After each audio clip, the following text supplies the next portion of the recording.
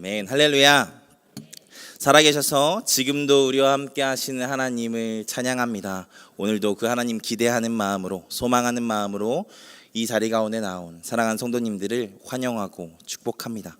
우리의 모든 삶을 지키시고 도우시는 하나님께서 이 시간 나누는 말씀을 통해 우리 각자의 삶과 신앙뿐 아니라 우리가 속한 공동체와 교회와 나의 자녀, 나의 가족을 살리는 귀한 비전과 소망을 발견하게 하시고 깨닫게 하시는 귀한 시간 되게 하실 것을 믿습니다. 지금은 어쩌면 교회에서 다음 세대에 대한 관심이 가장 높을 시즌입니다. 여름이잖아요. 여름 성경학교가 있고 여름 수련회가 있고 또 선교가 있는 시간이죠. 지금도 서울에서 고등부 수련회가 진행되고 있습니다. 기도 많이 해주셨으면 좋겠습니다. 제가 지금까지 교육부 관련, 그러니까 제가 중고등부와 유초등부 사역을 포함해서 교육부 관련 사역을 한 13년 정도 했더라고요. 그런데 코로나 시국을 제외하고 여름 행사하기 가장 어려운 시기가 지금인 것 같습니다. 잘 아시는 것처럼 물가도 정말 많이 올랐고요. 아이들 방학은 왜 그렇게 짧은지 방학이 일주일인데도 있다고 하더라고요. 그런데 어제 고등부 수련회 격려차 이제 다녀오는데 우리는 그 어려운 중에도 어떻게 하고 있더라고요. 그리고 걱정한 것보다 더 풍성하고 은혜롭게 진행되고 있는 것을 제가 눈으로 봤습니다. 그래서 그것을 생각하는데 너무 감사했습니다. 이 시기에 아낌없이 후원해 주시고 또 뜨겁게 기도해 주시는 우리 성도님들이 없었다면 어려운 상황에서 어떻게 우리 아이들이 풍성하게 은혜를 나눌 수 있었을까라는 생각도 들더라고요. 그런 의미에서 우리 모든 아이들과 학생들과 또 청년들을 대신해서 우리 성도님들에게 정말 감사드립니다. 물론 하나님께서 감동 주시고 인도하셔서 하신 일이시겠지만 그 음성에 기꺼이 순종해 주셔서 정말 감사합니다. 하나님께서 그 순종을 값지게 사용하셔서 우리 다음 세대들을 더욱 번성하게 하실 것을 믿습니다. 그런 의미에서 오늘은 다음 세대에 대한 이야기를 좀 나누려고 합니다. 요즘 밖에서 아이들 만나보신 분들은 아시겠지만 쉽지 않다는 생각을 종종 하게 됩니다. 물론 저보다 더 나은 친구들도 있지만 그렇지 않은 친구들도 꽤 많이 있더라고요. 이런 것은 아마 초등학교 선생님들이 더 많이 느끼지 않으실까 싶어요. 제가 만나는 청년들 중에 초등학교 교사가 있는데 물어보면 정말 힘들어 하더라고요. 전에는 초등학교 교사하면 이게 군대 용어로 땡보직이라고 했는데 되게 편해 보였었거든요. 아이들 다루고 또 입시와는 상관이 없는 그 교육을 하다 보니까 중고등부보다는 조금 더 쉽지 않을까라는 지레 짐작을 하곤 했었습니다. 그런데 지금은 확실히 아니더라고요. 지금 아이들이 다니는 학교는 훈육하기 참 어려운 시스템을 가지고 있습니다. 웬만한 것은 다 아동학대로 걸린다고 하더라고요. 그리고 어린이들도 아이들도 정말 무섭습니다. 얼마 전 뉴스를 보신 분들은 아시겠지만 초등학교 6학년 담임교사가 아이들 앞에서 맞았대요. 누구한테? 초등학교 6학년 남자아이한테. 이게 말이 됩니까? 그 친구가 그 선생님만 때린 게 또 아니더라고요. 그 교사가 떨리는 음성으로 인터뷰하는 영상을 보는데 저희 청년인 것 같아서 너무 마음이 안 좋았습니다. 한편으로는 저도 아이를 가진 부모로서 또 아이를 학교에 보내야 하는 사람으로서 이런 상황들이 조금 두렵기도 합니다. 우리 아이들이 그러진 않을까 하면서 말이죠. 내 아이가 그럴 것이라고 생각하는 부모가 어디 있겠습니까? 그래서 내 아이는 그럴 리 없다라고 변명하시는 부모님도 이해가 갑니다. 진짜 그럴 리 없을 것 같거든요. 근데 여러분, 그래도 제가 한 가지 믿는 구석이 있다면 저희 아이들이 교회 학교를 다닌다는 것입니다. 경험적으로 교회 학교를 다니는 아이들은 적어도 그 정도까지는 아니더라고요.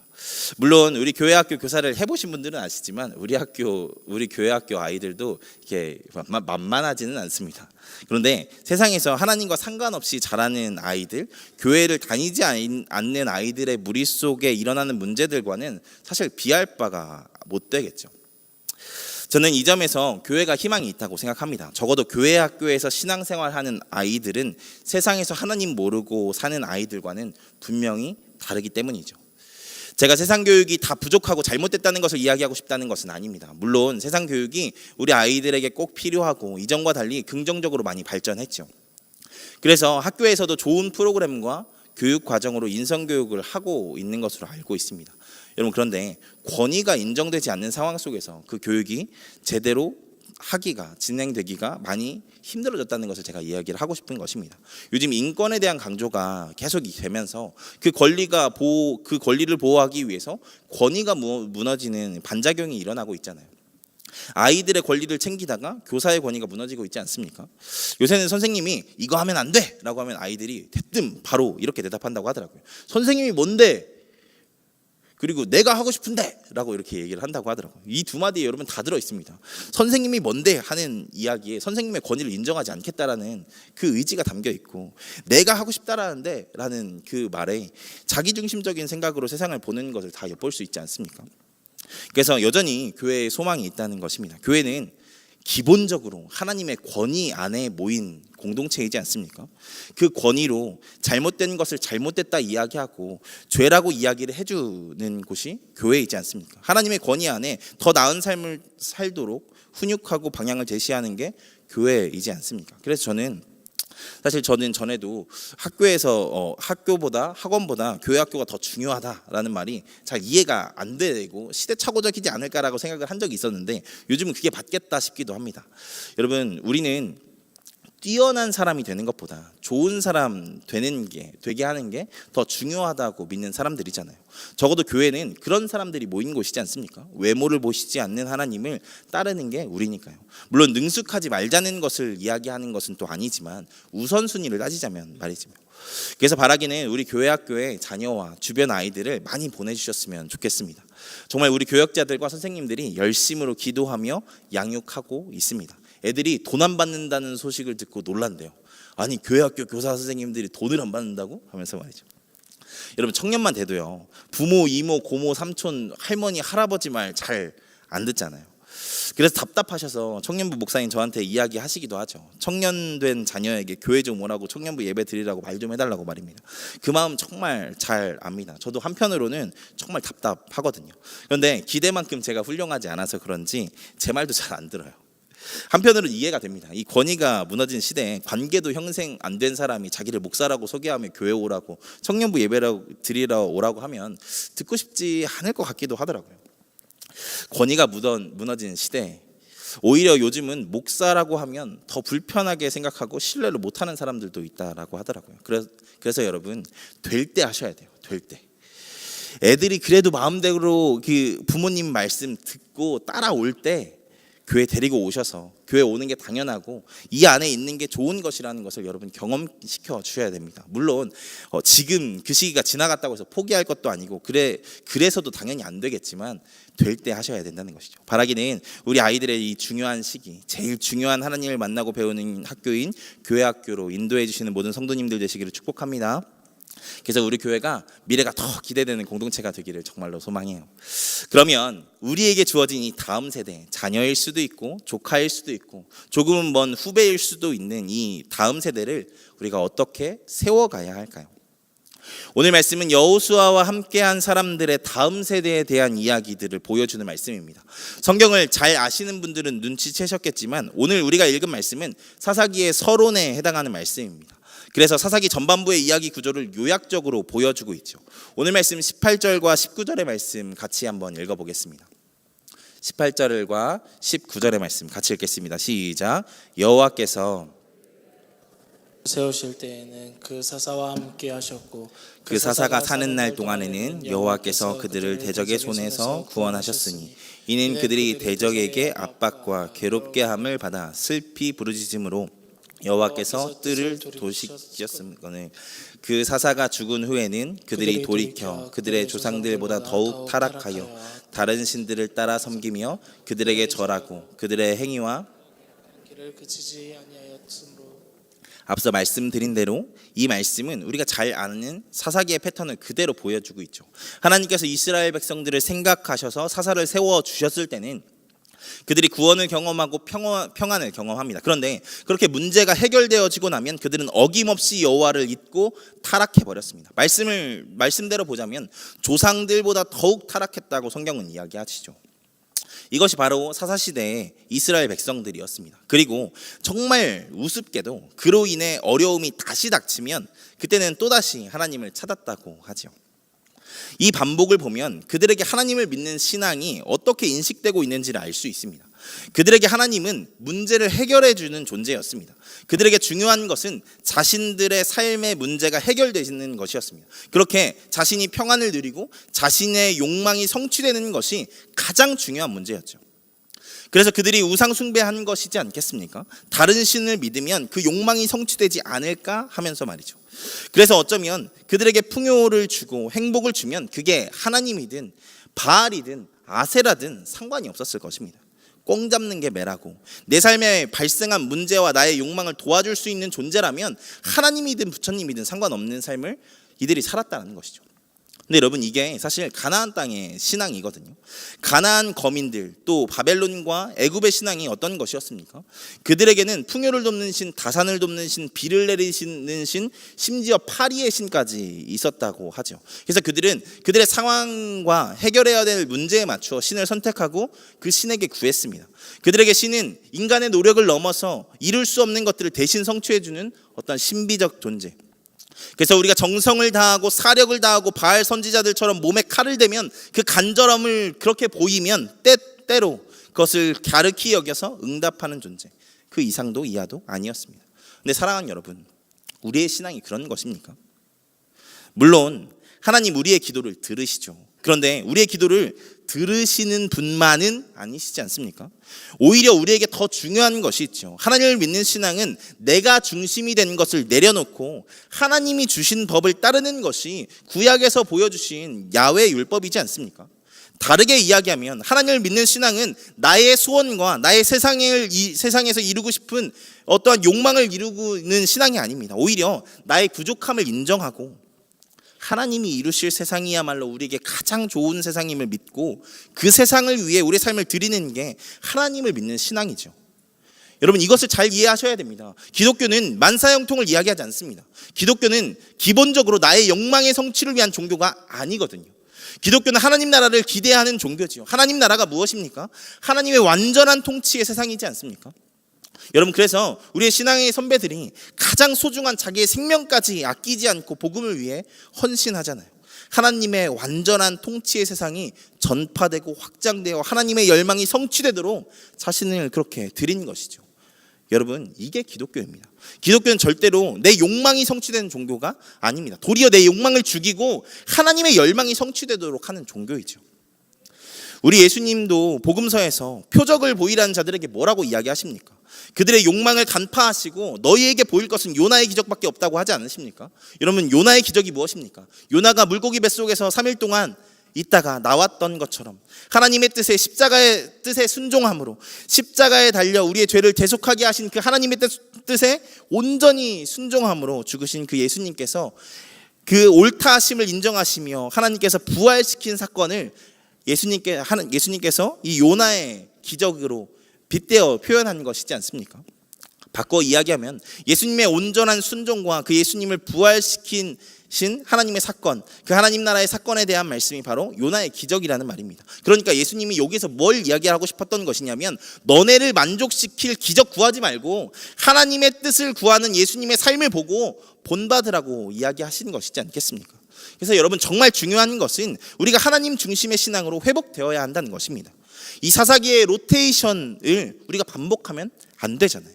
물론 사사기의 이스라엘 백성들처럼 어려울 때만 하나님 찾는 신앙으로 살아간다고 하나님 징벌하지는 않으실 것입니다.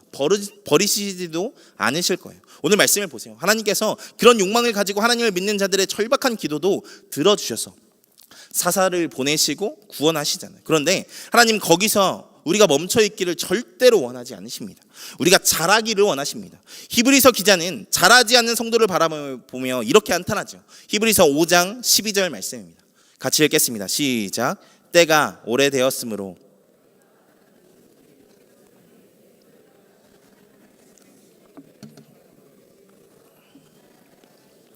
단단한 음식은 못 먹고 젖이나 먹어야 할 자가 되었도다.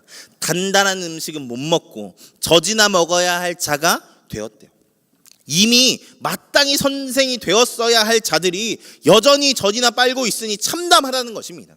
그것이 하나님이 기뻐하시는 것이 아니라는 것이죠. 그래서 바울은 이렇게 이야기하죠. 에베소서 4장 13절입니다. 같이 읽겠습니다. 시작. 우리가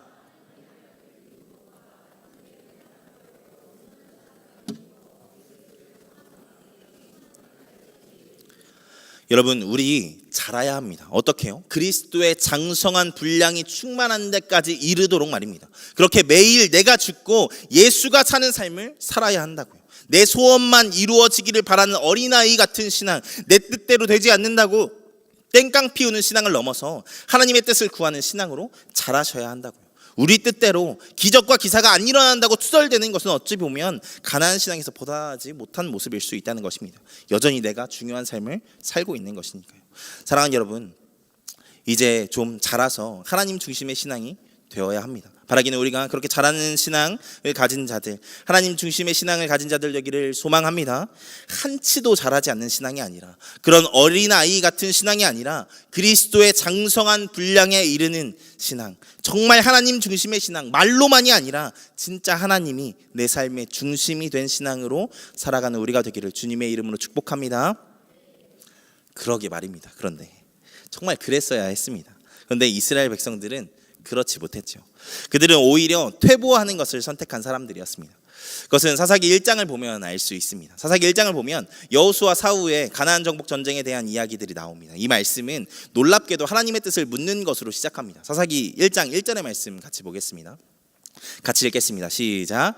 여호수아가 죽은 후에 이스라엘 자손이 여호와께 여쭈어 이르되 우리 가운데 누가 먼저 올라가서 가나안 족속과 싸우리이까.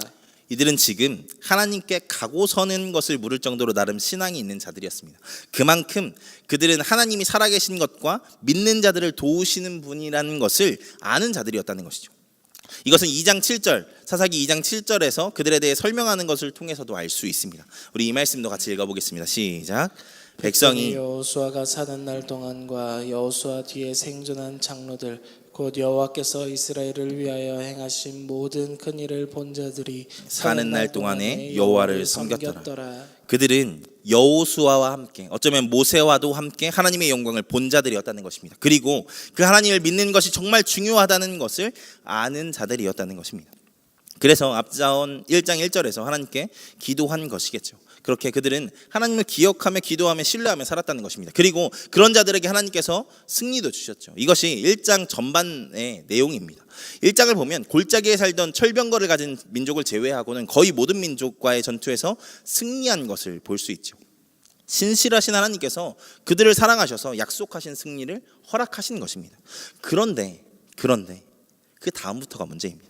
그 다음부터 무서운 타협의 이야기가 등장합니다. 1장 중반부를 보면 베냐민 지파가 알 수 없는 이유로 여부스 족속을 진멸하지 않고 그들과 함께 살았다는 것을 기록하고 있죠. 요셉 족속도 베델 성읍 사람들과 조약하고 그들을 살려 함께 살아가는 것을 선택합니다. 그리고 이스라엘 전체적으로도 쫓아내지 못한 민족에게 노역을 시킴으로 그들을 노예화시키는 것을 1장 28절에서 보여주고 설명하고 있죠. 그런데 하나님은 그렇게 하지 말라고 하셨었거든요. 하나님은 분명히 출애굽하며 가나안 정복 전쟁을 이제 막 시작하려는 이스라엘 백성에게 이렇게 명령하셨습니다. 신명기 7장 1절부터 2절 말씀입니다. 같이 읽겠습니다. 시작. 내 하나님 여호와께서 너를 인도하사 내가 차지할 땅으로 들이시고 내 앞에서 여러 민족 헷 족속과 기르가스 족속과 아모리 족속과 가나안 족속과 브리스 족속과 히위 족속과 여부스 족속 곧 너보다 많고 힘이 센 7 족속을 쫓아내실 때에 내 하나님 여호와께서 그들을 내게 넘겨 내게 치게 하시리니 그들과 어떤 언약도 하지 말 것이요 그들을 불쌍히 여기지도 말 것이며. 하나님의 명령은 진멸이었습니다. 살려주고 노예화시키고 조약을 맺는 이런 것이 아니었다고요. 그런데 그들은 하나님의 엄히한 명령을 정말 쉽게 저버립니다. 그래서 가나안 거민들을 진멸하지 않을 뿐 아니라 함께 사는 것을 선택하죠. 저는 이것이 어떤 면에서 참 합리적이고 미래적인 선택이라는 생각도 했습니다. 그냥 죽이는 것보다야 그들에게서 얻을 것을 얻고 부려먹을 것을 부려먹으면 좋잖아요. 죽이는 것보다야 얼마나 큰 이득입니까? 그리고 이것은 단순히 당대의 사람들을 위한 선택은 아니었을 것입니다. 이것은 분명 자신들의 다음 세대와 민족 전체를 위한 선택이었을 것입니다. 전쟁을 했던 어른 세대가 살아봐야 얼마나 살겠습니까? 당시에 평균 연령이 40대 어간이었다라고 하는데, 그러니까 가나안 족속을 노예화시키고 그들과 동거하여 그들의 기술과 문화를 배우는 것은 그들을 위한 혜택이 아니었다라는 것이죠. 당대를 위한 선택이 아니라 다음 세대를 위한 선택이었을 것이라는 것입니다. 그렇게 해서 그들의 발전된 기술을 배우고 노예화시켜 값싼 노동력을 다음 세대들이 품어가지고 더 많은 발전들, 더 잘 살게 되기를 바랬겠죠. 그렇게 그들은 자기 딴에는 더 나아 보이는 선택을 한 것입니다. 그리고 아마 이것이 그렇게 큰 문제가 될 것이라고 생각도 못했을 것 같아요. 그들은 앞서 살핀 것처럼 여호와께 기도하고 전쟁을 나갈 정도로 신앙을 지키고 있었으니까요. 이렇게 조금 타협하는 것 정도는 하나님께서 봐주실 것이라고 생각했을지 모르겠습니다. 그래서 그들은 자신들이 생각하기에 더 합리적이고 더 경제적이고 더 미래적인 선택을 한 것입니다. 그렇게 당대뿐 아니라 후대, 다음 세대까지도 풍족하고 풍요로운 태평성대를 이루고 싶었었겠죠. 그런데 하나님께서도 그렇게 생각하셨을까요? 이 모든 일에 대한 평가가 사사기 2장 1절부터 5절까지의 말씀입니다. 이 말씀을 다 읽진 않겠지만 1절과 2절 말씀만 읽어보겠습니다. 같이 읽겠습니다. 시작. 여호와의 사자가 길갈에서부터 복임으로 올라와 말하되 내가 너희 애굽에서 올라오게 하여 내가 너희의 조상에게 맹세한 땅으로 들어가게 하였으며 또 내가 이르기를 내가 너희와 함께한 언약을 영원히 어기지 아니하리니 너희는 이 땅의 주민과 언약을 맺지 말며 그들의 제단을 헐라 하였거늘 너희가 내 목소리를 듣지 아니하였으니 어찌하여 그리하였느냐. 하나님께서 이 사건을 어떻게 보셨다고 이야기를 합니까? 그들이 하나님의 목소리를 듣지 않은 사건으로 보셨대요. 하나님과의 약속을 어긴 것으로 보셨다는 것입니다. 배반으로 보셨다고요. 그 적당한 타협을 용납하지 않으셨다는 것입니다. 그래서 결국 어떻게 됩니까? 3절의 말씀을 보면 하나님께서 가나안 거민을 가시처럼 남겨두어 계속해서 괴롭히게 하시죠. 금덩이가 될 줄 알았던 그들의 선택이 독덩이가 된 것입니다. 그들을 살릴 줄 알았던 그들의 선택이 도리어 그들을 영원히 괴롭히는 선택이 되어버렸다는 것이죠. 그런데 이것보다 더 큰 문제가 있습니다. 그게 2장 10절의 말씀입니다. 2장 10절의 말씀 같이 읽겠습니다. 그 세대의 사람도 다 그 조상에게로 돌아갔고 그 후에 일어난 다른 세대는 여호와를 알지 못하며 여호와께서 이스라엘을 이스라엘을 위하여 위하여 행하신 행하신 일을 일도 알지 못하였더라. 그 영광의 세대, 하나님을 믿는다고 하던 그 세대가 하나님이 중심이 아닌 다른 선택을 한 것, 그것이 결국에는 어떤 결과를 낳았냐면 그들의 다음 세대가 다른 세대가 되게 했다는 것입니다. 하나님을 알지 못하는 세대가 되게 했다는 것이죠. 여러분, 이 표현이 정말 가슴 아프지 않습니까? 다음 세대가 아니라 다른 세대. 하나님을 알던, 믿던, 먼저 된 세대가 전혀 다른 하나님을 모르는 세대. 더 이상 다음 세대라고 부를 수 없는 다른 세대가 생겨났다는 것 말입니다. 무엇이 이들로 다른 세대가 되게 했습니까? 먼저 된 세대의 타협이, 먼저 된 세대의 적당한 믿음이, 먼저 된 세대의 본이 되지 않음이 그들로 다른 세대가 되게 한 것이지 않습니까? 저는 이 말씀을 읽고 묵상하면서 정말 두려웠습니다. 내가 혹시나 그 다른 세대를 만들고 있는 장본인은 아닐까 하고 말입니다. 교회에서야 목사직 달고 있으니까 억지로라도 본이 되려고 하지만 우리 아이들 앞에서 그렇게 내가 하고 있나라는 생각이 들더라고요. 사랑하는 여러분, 여러분은 어떠십니까? 여러분은 여러분에게 다음 세대가 있을 만한 삶을 살고 계십니까? 우리의 자녀들에게, 우리의 조카, 우리 손자, 후배 그리스도인들에게 좋은 것 주어야 하잖아요. 근데 정말 그들이 다른 세대가 아니라 다음 세대가 되게 하는 삶을 살고 계시냐고요. 혹시 이 사사기의 서론의 삶을 살고 있는 사람들처럼 다음 세대를 다른 세대로 만드는 삶을 살고 계시지는 않냐는 것입니다. 여러분, 이 말씀 잘 보셔야 돼요. 여러분, 이들이라고 다음 세대에 대한 마음이 없었던 것이 아닙니다. 아까도 이야기한 것처럼 오히려 이들은 그 다음 세대들을 잘 세우기 위해서 그것들을 좋지 못한 선택들을 했던 사람들이라는 것이죠. 그런데 그 마음으로 한 선택과 결정과 타협이 결국에는 다음 세대를 다른 세대로 만들게 했다고요. 그들을 위해서 한 행동이 그들로 하여금 가장 어려운 삶을 살도록 인도했다고요. 그래서 혹시 우리가 다음 세대를 그렇게 다른 세대로 만들던 사사기의 신앙의 유산을 답습하고 있지는 않은지 점검하셔야 한다는 것입니다. 사랑하는 여러분, 다음 세대를 걱정하는 것은 여러분 돈만으로 할 수 없습니다. 물론 후원해 주신 것으로 우리 아이들 잘 크고 있습니다. 그런데 시대가 여러분 바뀌었어요. 예전에는 학교 앞에서 떡볶이 사주면 감동하고 우리 선생님이 나를 사랑하시는구나 했잖아요.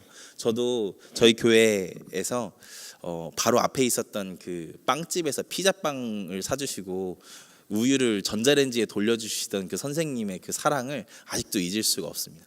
거기에 감동했고 그걸 받으면서 내가 진짜 그리스도인으로 잘 살아야겠다 그런 생각들을 했었던 것 같아요. 근데 여러분, 요즘 초등학생들은요 자기들끼리 스시 뷔페를 가요. 여러분, 요즘 초등학생들은요 자기들끼리 만나서 스타벅스에 가서 딸기 라떼를 시켜 먹습니다. 여러분, 이런 친구들에게 돈이 그렇게 궁하지가 않아요. 그래서 얘네가 사랑이라고 느끼게 여러분 돈을 주실 거면요 돈을 좀 많이 모으셔야 됩니다. 강남에서 집 한 채는 주셔야 진짜 우리 성도님들이 나를 사랑하는구나 정도를 느낀다고요. 제가 무슨 얘기를 하는 것이냐면, 지금 애들 돈으로 사랑 못 느낍니다. 돈으로 물질로 뭘 사주는 것으로 사랑을 느끼게 해서 변화시키고 싶으면 한도 끝도 없는 게 지금 시대라고요. 그래서 우리가 진짜 다음 세대를 제대로 세워가기를 원한다면 다른 것이 아니라 먼저 우리가 진짜 그리스도인이 되어야 한다는 것입니다. 그 그리스도인의 삶이 얼마나 멋진지, 그렇게 그리스도인답게 살아가는 것이 얼마나 귀한지 복된지 우리가 보여줘야 한다는 것입니다.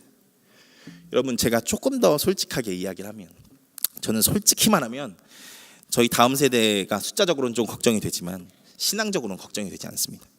교회 학교 아이들 생각보다 말씀 잘 듣고요, 말씀대로 살려고 때로는 어른들보다 더 노력해요.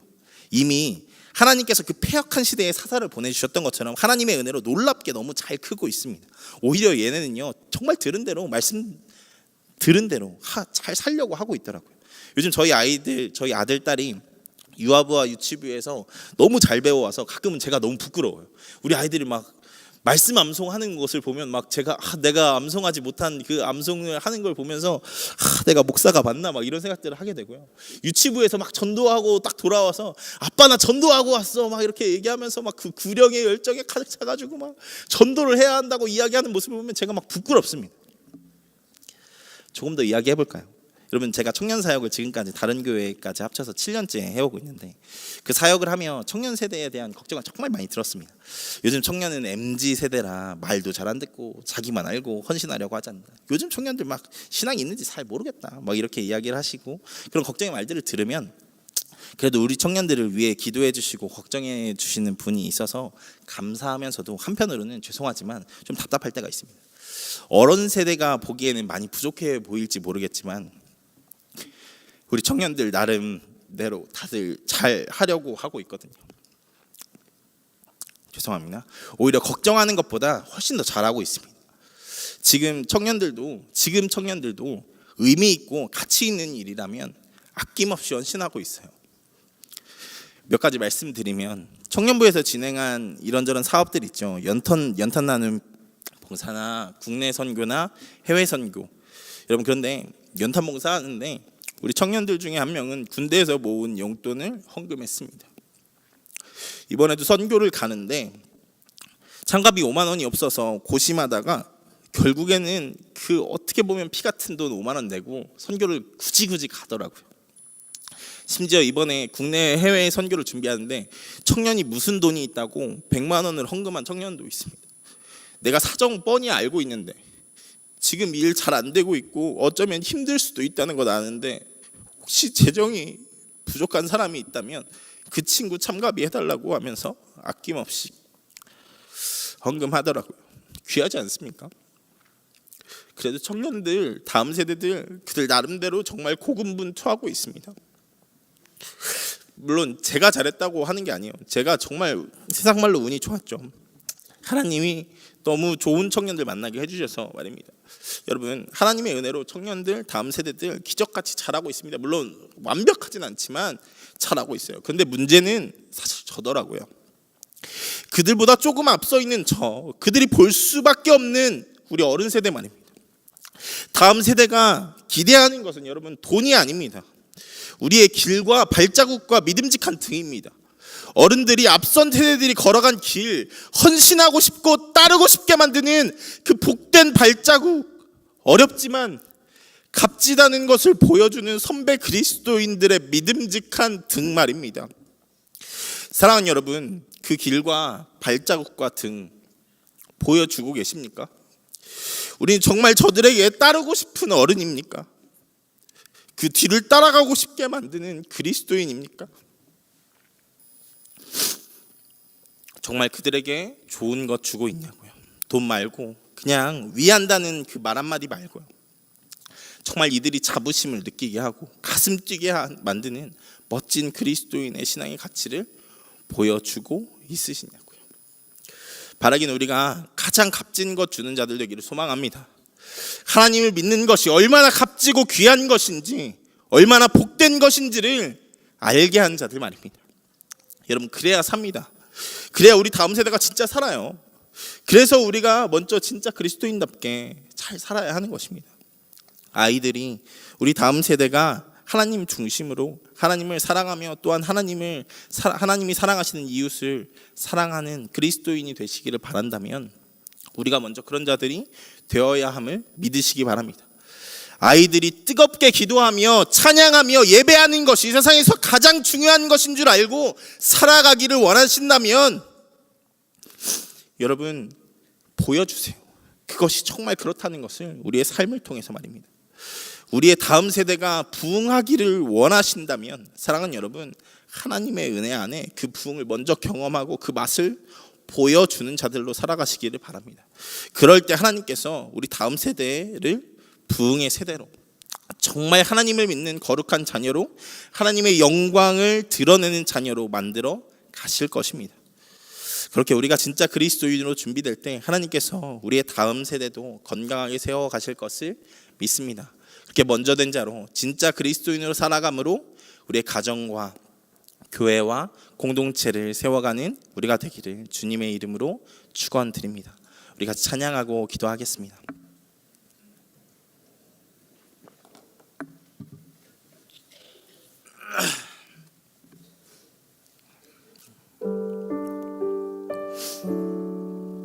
사랑하는 여러분, 기독교의 신학자 중에 하나님의 도성을 쓴 아우구스티누스, 이 사람은 정말 대신학자라고 여겨지고 그 이후의 신학은 아우구스티누스 신학의 주석이라고 이야기할 정도로 정말 대단한 사람이 있습니다. 근데 이 사람이 정말 망난이었어요. 근데 이 사람이 어떻게 변화되는지 아십니까? 그 어머니의 기도 때문에 변화됐습니다.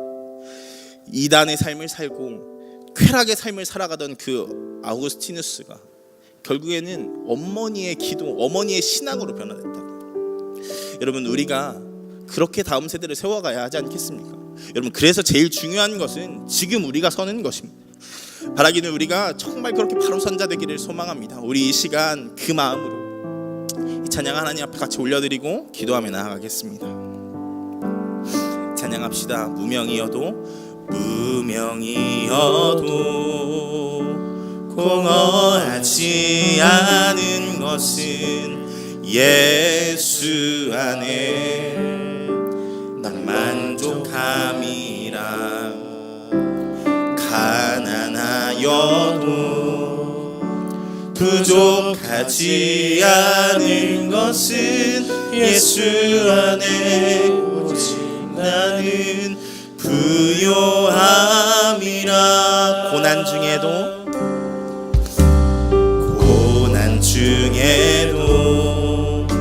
견뎌낼 수 있는 것은 예의 계획 있기 때문이라. 실패하여도 일어설 수 있는 것은 예수 안에 오직 나는 승리함이라. 난 예수로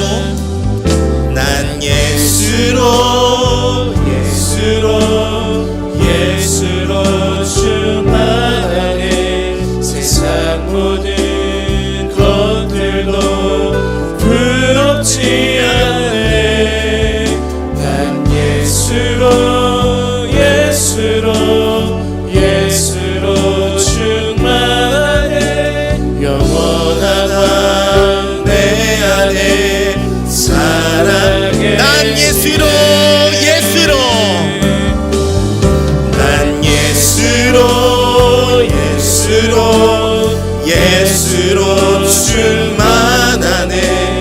세상 모든 것들도 부럽지 않네. 난 예수로 충만하네. 영원한 왕 내 안에 마지막으로 난 예수로 난 예수로 충만하네. 예수는 것들도 두렵지 않네. 난 예수로 충만하네. 영원한 왕 내 안에 살아계시네. 우리 말씀을 생각하시면서 같이 기도하실 때 하나님, 내가 먼저 진짜 그리스도인 되기를 소망합니다. 내가 먼저 하나님 믿는 자 되기를 소망합니다. 정말 하나님 중심된 자 그 삶 살아가는 우리가 되게 하여 주옵소서라고 우리 인자리에서 주여 한번 외치고 같이 기도하며 나아갑니다. 주여.